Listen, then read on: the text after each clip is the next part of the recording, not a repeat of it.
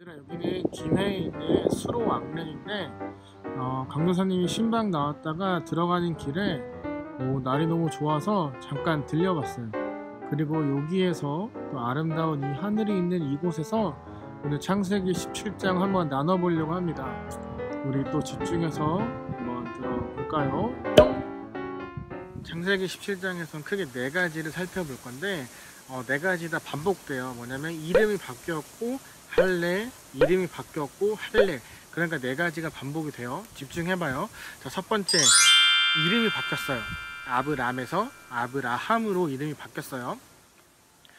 이거는 이스마엘이 태어난 지 13년 후에 있었던 이야기예요.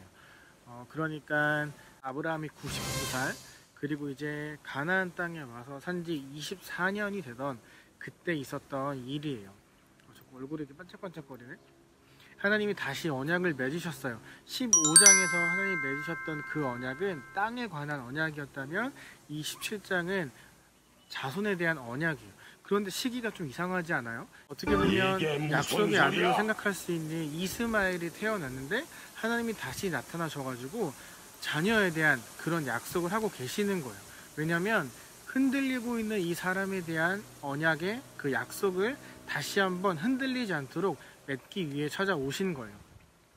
아브람은 존귀한 아버지란 뜻이고 아브라함은 여러 민족의 아버지라는 뜻을 갖고 있어요. 두 번째, 할례 1.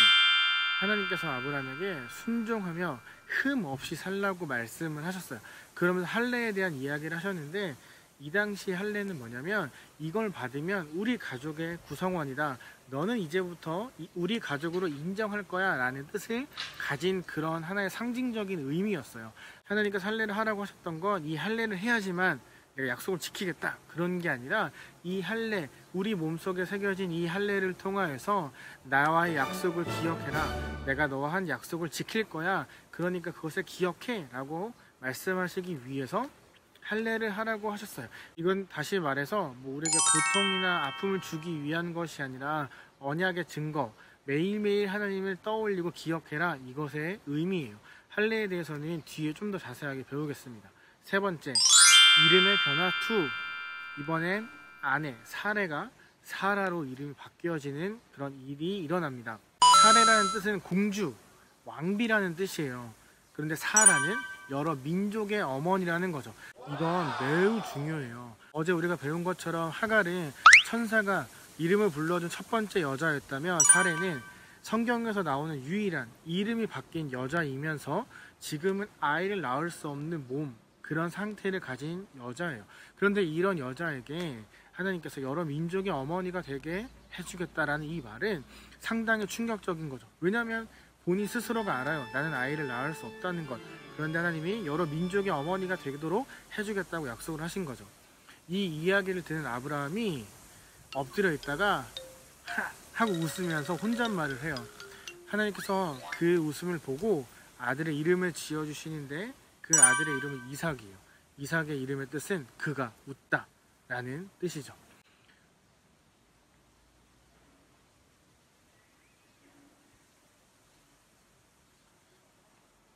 그러면서 아브라함이 이렇게 이야기를 해요.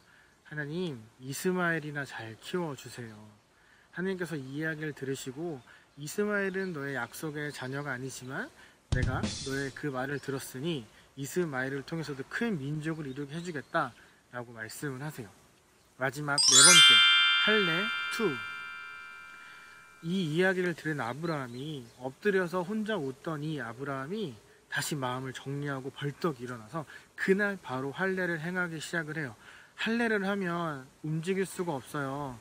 누군가 쳐들어왔을 때 싸울 수 없는 그런 모습이 되는데 아브라함은 본인뿐만 아니라 모든 집안에 있는 사람들에게 할례를 하라고 명령을 하고 그날 바로 할례를 해요.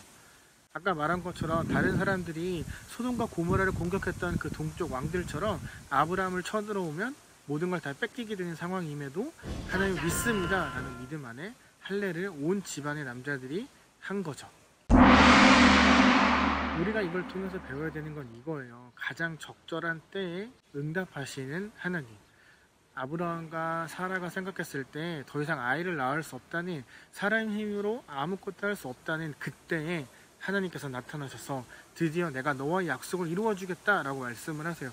아브라함의 나이 99세, 가나안 땅에 온 지 24년째 되던 해, 그리고 정말 사라가 아이를 갖고 100살이 되던, 아브라함이 100살이 될 때 이삭이 태어납니다.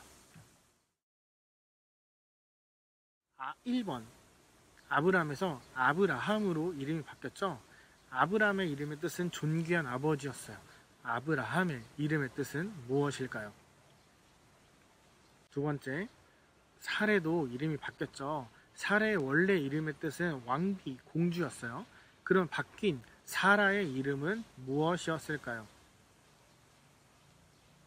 세 번째, 아브라함이 몇 살 때 하나님께서 이제 사라를 통해서 너에게 아들을 주겠다 라고 말씀하셨나요?